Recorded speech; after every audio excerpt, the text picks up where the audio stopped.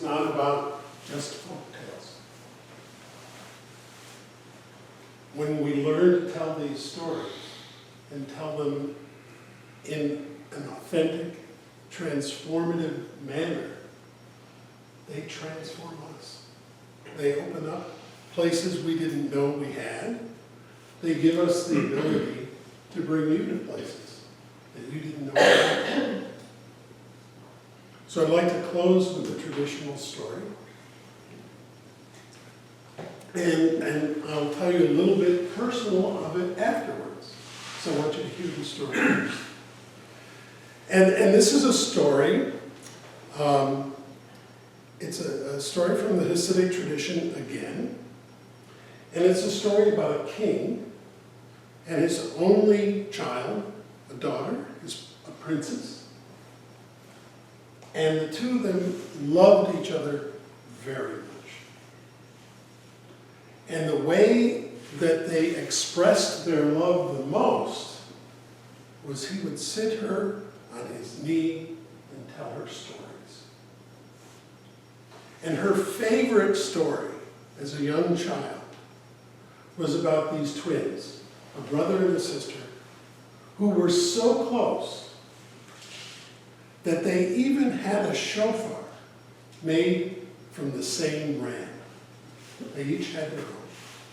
And these shofars were so close that if you blew one, the other vibrated.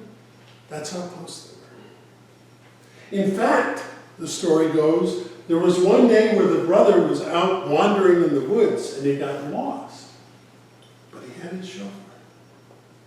And so he blew his shofar, and his sister back in the castle felt it vibrate. And she knew he needed help. So she blew it back, and his vibrated, and he knew that she had heard him.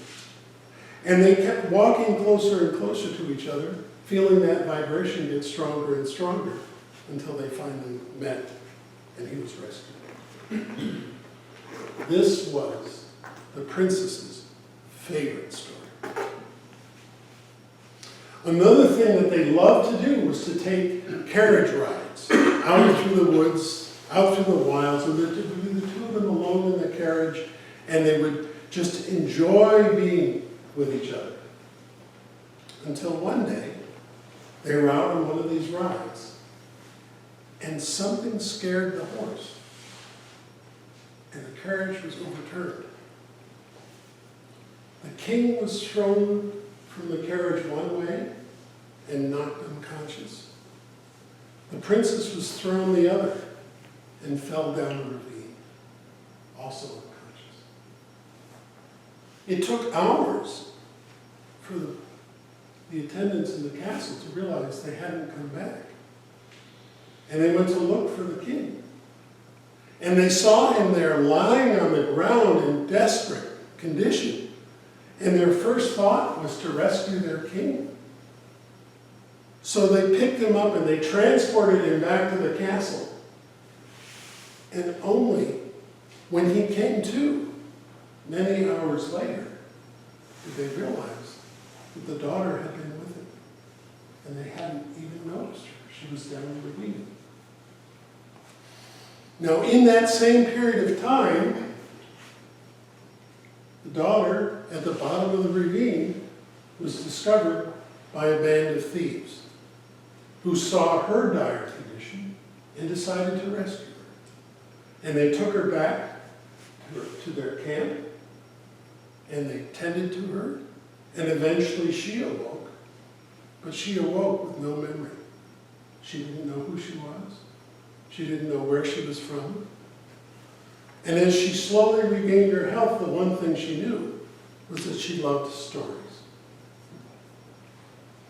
And so now, back in the castle, the king is desperate. Where is his daughter? And he sends his men out to go search for her, but of course the thieves have already removed her. And it seems like she's disappeared into thin air.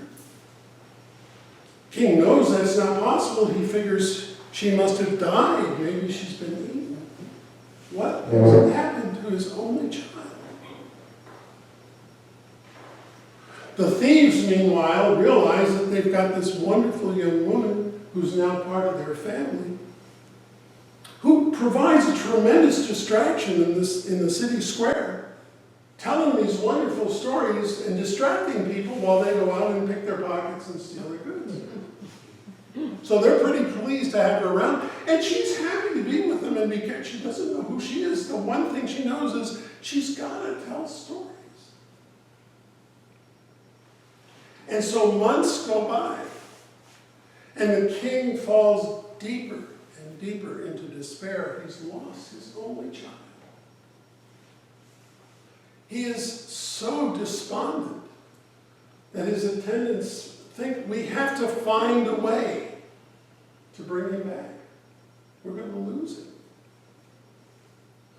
And they think, what is the one thing the king loves? Well, he loves stories. He misses his daughter. The two of them would tell stories. Let's have a storytelling festival. And we'll bring storytellers from around the kingdom, and maybe that will revive his spirits. We'll run it for 3 days. And whoever tells the best story in those 3 days, there'll be some great prize for them.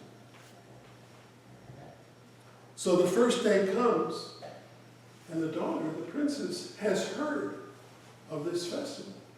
And she doesn't know anything about it except it's a chance to tell and to hear stories, and she thinks, I've got to be there. And she gets herself up on the stage to tell her story, and she can't remember a thing.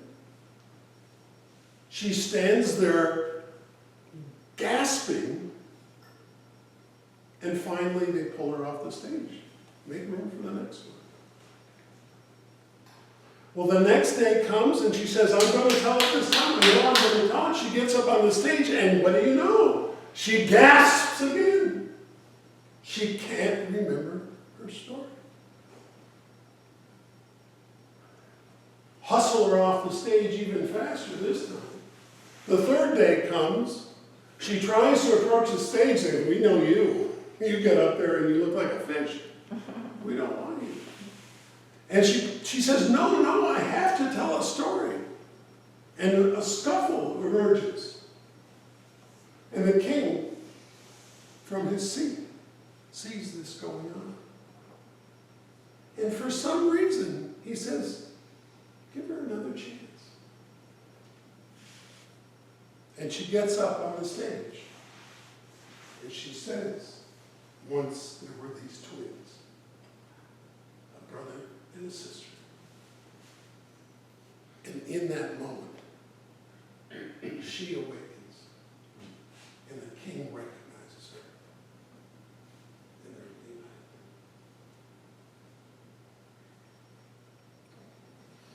I love this story.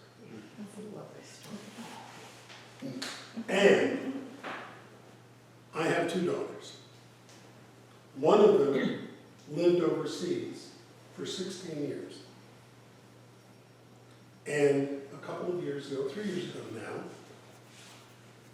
she had just had her first job, my second granddaughter. She was living in Abu Dhabi. And she was going to be coming home for the high holidays, but circumstances were not going to make it possible for her to be there the first day. So I said, this is the story I'm going to tell, and it's going to bring my daughter home. So, and we have a very close congregation. It's time in the service for me to tell the story, and as I'm about to tell the story, she walks in. I'm in tears.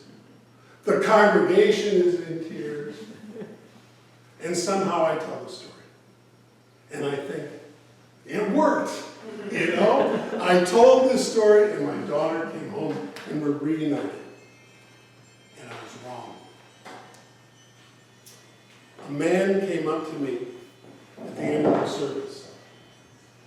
And he said, you know, your story touched me very deep. And I said, thank you. It means a lot to me. He said, yeah. He said, 16 years ago, I lost my daughter.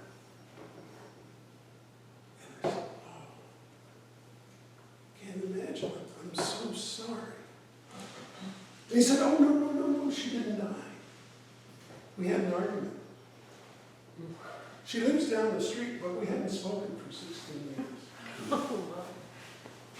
I'm going to her house now, and we're going to talk. Maybe that's the reason I told the story. Maybe there's a reason I told it tonight. I don't know.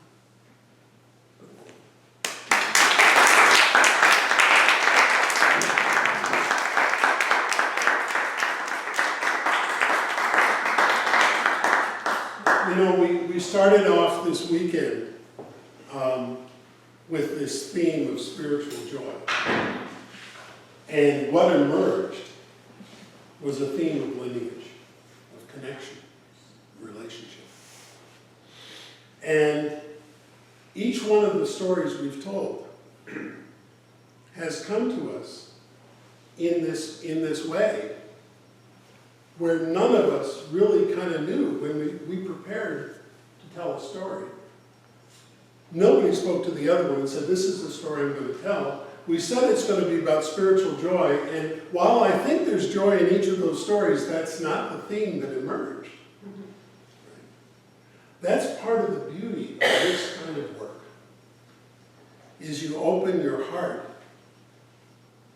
to the world, to each other. And what needs to come out, comes out. And sometimes it's transformative for some of the people who are listening. And when that happens, it's beautiful. And often it's transformative to us as we tell it. And that's wonderful. And the story always changes. So I want to thank you all for giving us the privilege of helping us grow and transform and be even a greater open hearts than we have been before, and less than we will be.